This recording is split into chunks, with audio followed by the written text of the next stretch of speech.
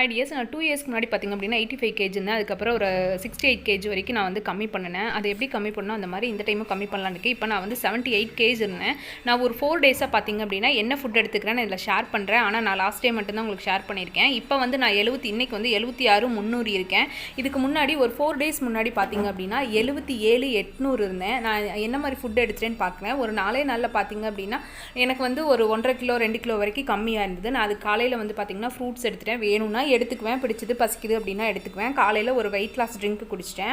Wait loss drink இதுதான் எடுக்கணும்ட்டு இல்லை, உங்களுக்கு என்ன வெயிட் லாஸ் ட்ரிங்க் பிடிக்குதோ நீங்கள் அதை எடுத்துக்கலாம். அதுக்கப்புறம் 9-10 மணி வாக்கில் பார்த்தீங்கன்னா நான் இந்த மாதிரி கிரேப்ஸ் எடுத்துட்டேன். இந்த ஒரு ஃபுல் இப்போ நான் காமிச்சேன்ல அந்த கிரேப்ஸ் ஃபுல்லுமே நான் வந்து சாப்பிட்டேன். உங்களுக்கு வந்து கிரேப்ஸ் தான் எடுக்கணும்னு அவசியம் இல்லை, நீங்கள் வாட்டர் மெலன் எடுத்துக்கலாம். அதுக்கப்புறம் பார்த்தீங்க அப்படின்னா உங்களுக்கு என்ன கொய்யாப்பழம் எடுத்துக்கலாம். உங்களுக்கு வந்து என்ன பிடிக்குதோ நீங்கள் அந்த ஃப்ரூட்ஸ் எடுத்துக்கோங்க. வேணும்னா எடுத்துக்கங்க, எனக்கு தோணுன்னா எடுப்பேன். ரெகுலராக இதான் எடுப்பேனா அப்படின்னா அப்படி கிடையவே கிடையாது. எனக்கு பசியானா நான் எடுத்துக்குவேன், இல்லை அப்படின்னா நான் எடுக்கிறதில்ல. அதுக்கப்புறம் ஒரு 12 மணிக்கு பார்த்திங்க அப்படின்னா ஓட்ஸ் கஞ்சி தான்.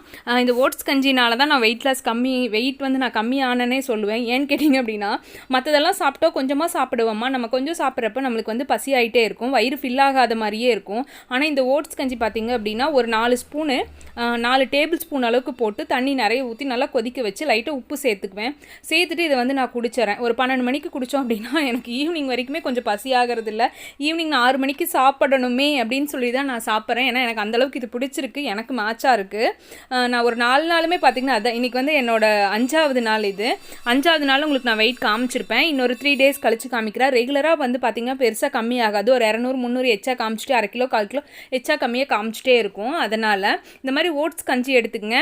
இது வந்து எந்த ஃப்ளேவரும் கிடையாது, லைட்டாக நான் உப்பு மட்டும் போட்டுக்கிறேன், வேறு எந்த ஃப்ளேவரும் இல்லை, வெறும் இது. அதுக்கப்புறம் ஒரு 6 மணிக்கு பார்த்திங்க அப்படின்னா இதுக்கடையில் நான் எதுவுமே குடிக்கல, தண்ணி மட்டும் பார்த்திங்க அப்படின்னா ஒரு 6 டம்ளர் அளவு குடிச்சிருக்கேன்.